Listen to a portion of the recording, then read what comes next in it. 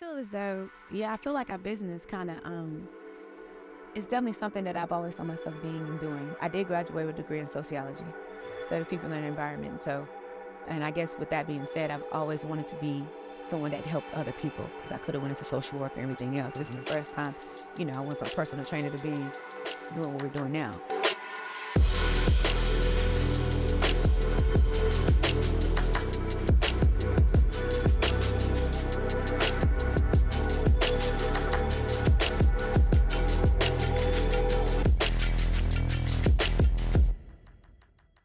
Welcome back to another episode of the Traffic Sales and Profits Show. My name is Lamar Tyler. I'm your host. And today we have a special conversation.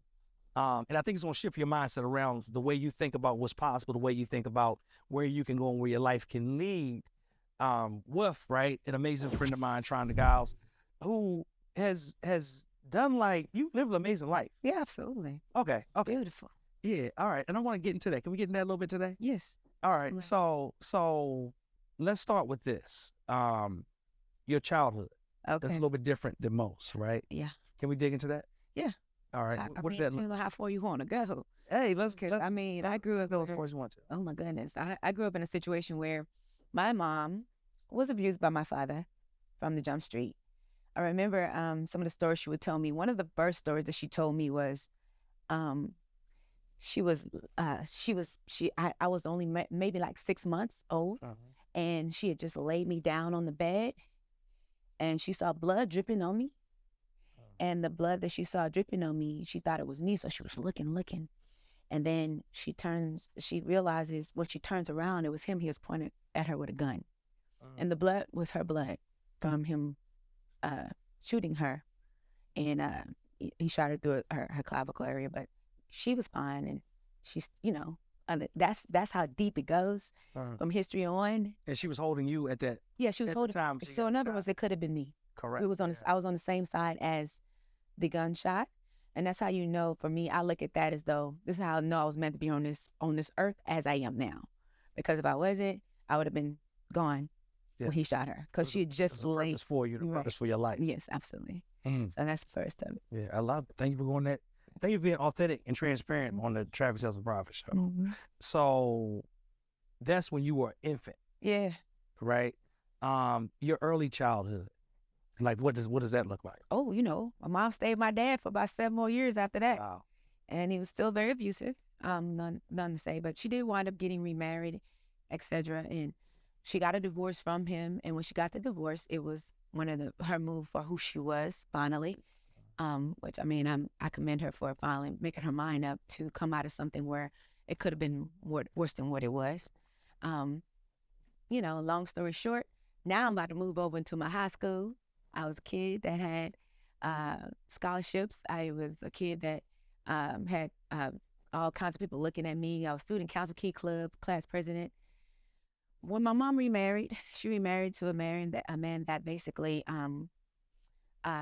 he was still trying to learn his life, and they wanted to move to California, and I decided to move with them. Mind you, I had all these great things coming, going on in my life, like scholar, people looking at me and everything else. So, and where was this at? What state was this in? Terrell, Texas. Terrell, Texas. Okay. Yeah. So from Texas to California, they want to make a move. Yeah. Okay. And when they wanted to make that move to California, what happened then was we wound up becoming homeless, because at that time we wasn't homeless, but I wound up moving for love. My mom, I had people that was willing to take me. My coaches were like, "No, don't take her. She's one of our star athletes." I was captain of I was a great student. Advanced placement courses, everything. Don't take her. She's great. So academic, sports. I was doing it all, man. Clubs, all this. Nothing. I was everything. There, everybody who knows me now, when I go back to that little town, they know me and they see me. They like, "Oh my gosh, Sean, you don't look. You still look the same," or they all remember me, so I guess you could say I was known. And then when we moved to California, I was not known. And I remember one of my first days of school, getting dressed and back up the U-Haul, and this was in high school. And I remember going to the back of the U-Haul and at that time that we did such a quick move. We had just thrown everything in bags, and we kept stuff in dressers and drawers and stuff like that. So I remember going in the back of the U-Haul to get dressed. So we had jugs of water, and we knew where the towels were because of where everything was inside of that U-Haul. And so I remember pulling clothes out of my drawers and getting dressed to go to school. I remember my parents picking me up to take me back to the homeless shelter that they had found that day. So I wound up graduating. Fast forward, I graduated high school out of a homeless shelter. We migrated on and off, not on and off, but throughout. You know, in California, you can only stay at certain homeless shelters for 30 days at a time. And so we wind up migrating all over. Now, let me ask you this, if you remember, when the move from Texas to California happened, was it like, hey, we're going and just hoping something happens, or was it like, hey, we got a plan for something to happen, and that plan kind of fell out? Like what happened? It was a plan of him going to see his sister. It's my stepfather, and he had his sister lived there, and we didn't know she was on drugs, and he wound up getting on drugs too. So y'all know I have a whole plethora of conversation, but I'm trying to limit it. I know we have a limited amount of time, but yeah, we go down there, and she was on drugs, and she winds up stealing a lot of our stuff out of the U-Hauls when we were there that first time. We stayed in California, but when we went to that particular home, she stole a lot of things, and that's when we had to migrate more or less to those shelters and find a school and all that kind of thing. But yeah, we were supposed to be staying with her, and it didn't quite work out the right way. Okay, so I got a question. I want to put a pin in that. We're gonna come forward, and then we're gonna go back. Okay. Today, right? You and your husband Brad, who's been a guest of the show before, run a multiple 7-figure business around home health care, where like a part of that business is actually serving people. Yes. Do you? And I don't know if it does or not. But does your background help you? Does it feed into? Does it move you towards this? Because like you literally have a business that's around serving people now. You do. And helping people that are in need in different ways. I mean, you think it's a connection between those two? Do I? I feel as though, I feel like our business kind of, it's definitely something that I've always saw myself being and doing. I did graduate with a degree in sociology, studied people in the environment. So, and I guess with that being said, I've always wanted to be someone that helped other people, because I could have went into social work or everything else. This is the first time, I went from personal trainer to doing what we're doing now. And it could very well have a little bit to do with that.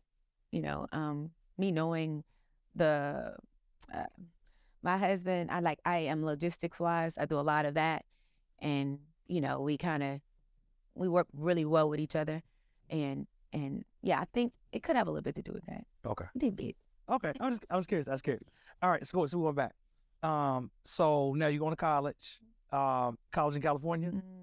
What? I did wind up finishing school in California. Okay. And you said sociology? Yes, sir. Okay. So we're doing that. At this point, if you could take me back, for you, like is it now kind of settled in, like life settled in a little bit more? Is it not? Is it like, okay, I feel like I'm about to be doing my own thing? Well, what does that part look like to you? I mean, I ain't trying to tell you everything.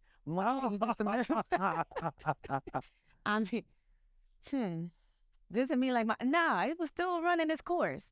But I always knew everything was temporary. Okay. Everything that has ever happened to me, I knew that it was a temporary state of being. It was never supposed to be something that was permanent. And the way I run through it was, even coming here to Atlanta, I'm pushing myself even further until I know that's not where you asked to be. No, we're good. Come on. I came here to Atlanta with freaking $25 in my pocket. Didn't know nobody. Was running up. I was like, I had this dude. I was quote unquote doing a little modeling. I was cute back when. And then I was when I was doing this modeling, this guy was running my website. So when I get here to Atlanta, I wind up not. I lived in and out of my truck that I bought for maybe $1,000 in Texas, and drove down here. And when I got here, like I said, I didn't have anything, and nobody would ever knew that. Nobody knew it because I never talked about it. As far as I'm concerned, what goes on in your life, that's not everybody's business, especially for those people who don't mean the best for you, or for those people who can't resonate to your degree of understanding at that point. Okay. So nobody ever knew I had that situation going on. What's funny is that my mother-in-law, she said, I never knew Tronda was this, and this. because of the book. She wanted to hear and go into my signing or whatever, and she got to see everything. So she didn't even know. But I didn't talk about my life like that. And yeah, I came here and same thing. Nothing, not living to the degree of which I always knew I was going to be a millionaire. You couldn't tell me different. But that part I did know. And that's just a matter of when. What was it about it? Or was it a specific thing about it that let you know that, hey, whatever I'm going through right now is just temporary? Because a lot of people go through things, I don't think they see it as that way. They see it as like, hey, I'm stuck here, or this is my station in life. Like, what was it that allowed you to say, hey, this is just a temporary situation, and this is not what my outcome is going to be? Oh, gosh. Well, that had to do with me questioning the Bible, questioning things that I shouldn't be questioning. My grandma was, I don't know if I can cuss, she was my grandma would tell me, she said, Tronda, you can't be blaspheming the Bible. You're not supposed to question what's in the word. But grandmama, how can that man up in front of this church and that Bible? And I was like 8 years old.